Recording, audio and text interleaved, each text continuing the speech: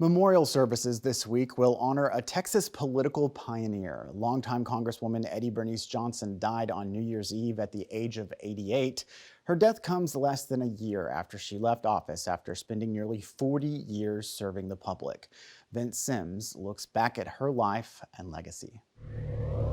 Eddie Bernice Johnson was once a psychiatric nurse before winning her first election to the Texas House of Representatives in 1972. African American women had not been involved that much in electoral politics.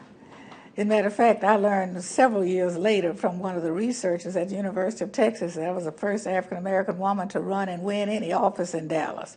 I didn't even realize that. She later won election to the state Senate before moving on to Congress, winning the district she helped create and going to Washington in 1992.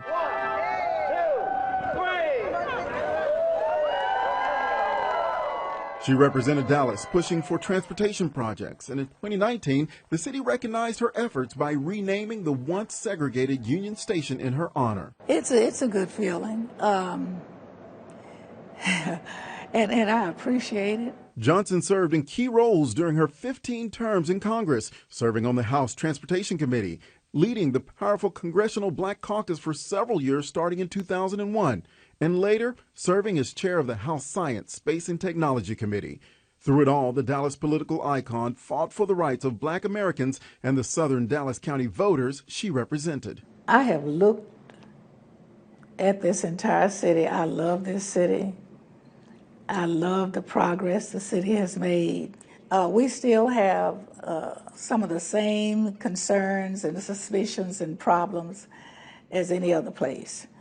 But I have seen a great improvement. Johnson announced her retirement in November of 2021. I'll say there's no Texan in the history of this state who has brought more home, and I'm proud of it. And for the legendary Dallas resident, retirement was no easy choice. I don't know how you can stop an engine that is so intensely involved in what it's about, but I want to stop it.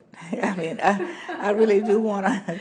I want to wind it down and move to whatever is out there for me. My grandson said to me about a year and a half ago, he said, "Granny, you're the only granny I know that still works all the time." Yes, when you get my age, you're concerned more about whether or not your legacy will be encouraging. That was Vince Sims reporting from Dallas. After Johnson announced her retirement in 2021, she handpicked the Dallas Democrat she wanted to carry on her legacy. I never imagined that I would be running for Congress. I never imagined that she would call me, of all people. Jasmine Crockett left the Texas House to run for the congressional seat previously held by Johnson. Crockett launched her campaign after the trailblazing Congresswoman called on her to enter the race. And she was the one that I asked to run because she has shown she's willing to work. This was her office as well. She sat down and she went through the calendar with me. She's like, now these are the events that I do every year. It weighed on me, the conversations that she had about what she missed by not retiring earlier. And so I did my best not to call her. Crockett says big transportation projects are part of the legacy Eddie Bernice Johnson leaves for her North Texas district. Crockett says she feels extra pressure to keep that momentum going after Johnson's death. There is controversy surrounding Johnson's death. On Thursday, her family announced plans to sue Baylor Scott & White System and its Institute for Rehabilitation. Johnson was at that rehab facility after having back surgery. The family's attorney said Johnson's death was caused by an infection in her spine that developed due to negligence.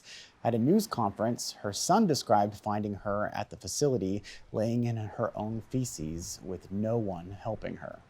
She was being unattended to. She was screaming out in pain and for help. If she had gotten proper care at that facility, she would be here today. The family's attorney says Johnson herself told him before her death that she wanted accountability for what happened to her. A spokesperson with Baylor Scott & White sent this statement to the NBC station in Dallas, quote, "Congresswoman Johnson was a longtime friend and champion in the communities we serve. She is an inspiration to all. We are committed to working directly with the Congresswoman's family members and their counsel. Out of respect for patient privacy, we must limit our comments." There will be 3 days of memorials to celebrate Johnson's life. She'll lie in state at Fair Park on Monday, leading up to the wake that evening.